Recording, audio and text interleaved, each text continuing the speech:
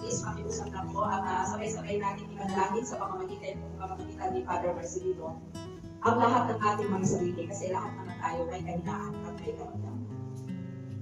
I want you to claim. I-claim mo yun sa naman ng Espiritu Santo.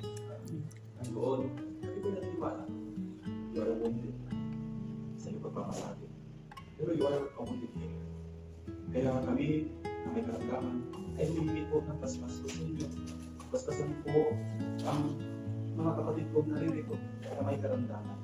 Sa kanilang physical, sa kanilang spiritual, sa kanilang posible sa attitude, sa buong pagkatao.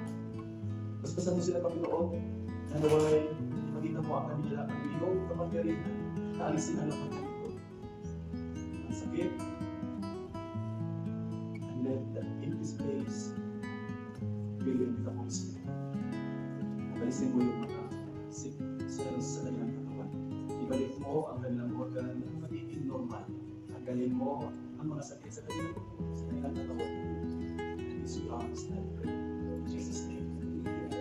Kaya naman, at ang Espiritu Santo. Amen.